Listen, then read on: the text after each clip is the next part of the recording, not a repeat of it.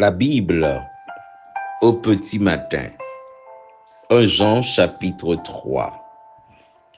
Voyez quel amour le Père nous a témoigné pour que nous soyons appelés enfants des dieux. Et nous le sommes. Si le monde ne nous connaît pas, c'est qu'il ne l'a pas connu. Bien-aimés, nous sommes maintenant enfants des dieux et ce que nous serons n'a pas encore été manifesté. Mais nous savons que lorsque cela sera manifesté, nous serons semblables à lui, parce que nous le verrons tel qu'il est. Quiconque a cette espérance en lui se purifie, comme lui-même est pur. Quiconque pêche transgresse la loi, et le péché est la transgression de la loi. Or, vous le savez, Jésus apparut pour ôter les péchés, et il n'y a point en lui de péché. Quiconque demeure en lui ne pêche point. Quiconque pêche ne l'a pas vu et ne l'a pas connu. Petits enfants, que personne ne vous séduise. Celui qui pratique la justice est juste, comme lui-même est juste.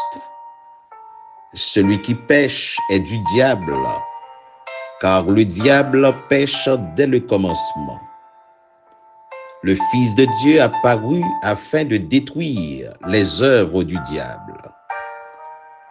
Quiconque est né des dieux ne pratique pas le péché, parce que la semence des dieux demeure en lui, et il ne peut pécher, parce qu'il est né de Dieu.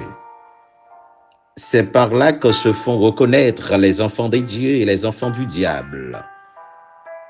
Quiconque ne pratique pas la justice n'est pas des dieux, non plus que celui qui n'aime pas son frère.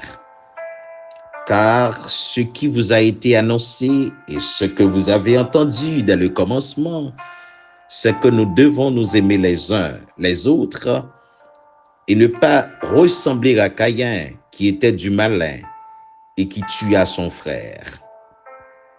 Et pourquoi les tua-t-il? Parce que ses œuvres étaient mauvaises et que celles de son frère étaient justes. Ne vous étonnez pas, frères, si le monde vous hait. Nous savons que nous sommes passés de la mort à la vie parce que nous aimons les frères. Celui qui n'aime pas demeure dans la mort. Quiconque hait son frère est un meurtrier. Et vous savez qu'aucun meurtrier n'a la vie éternelle demeurant en lui. Nous avons connu l'amour en ce qu'il a donné sa vie pour nous. Nous aussi, nous devons donner notre vie pour les frères. Si quelqu'un possède les biens du monde et que, voyant son frère dans le besoin, il lui ferme ses entrailles, comment l'amour des dieux demeure-t-il en lui? Petits enfants, n'aimons pas en parole et avec la langue, mais en action et avec vérité.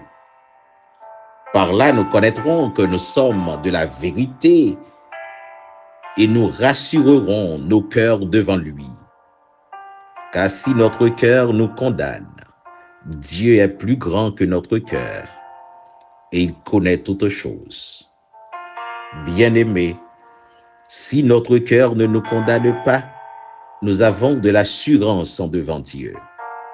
Quoi que ce soit que nous demandions, nous le recevons de lui, parce que nous gardons ses commandements et que nous faisons ce qui lui est agréable.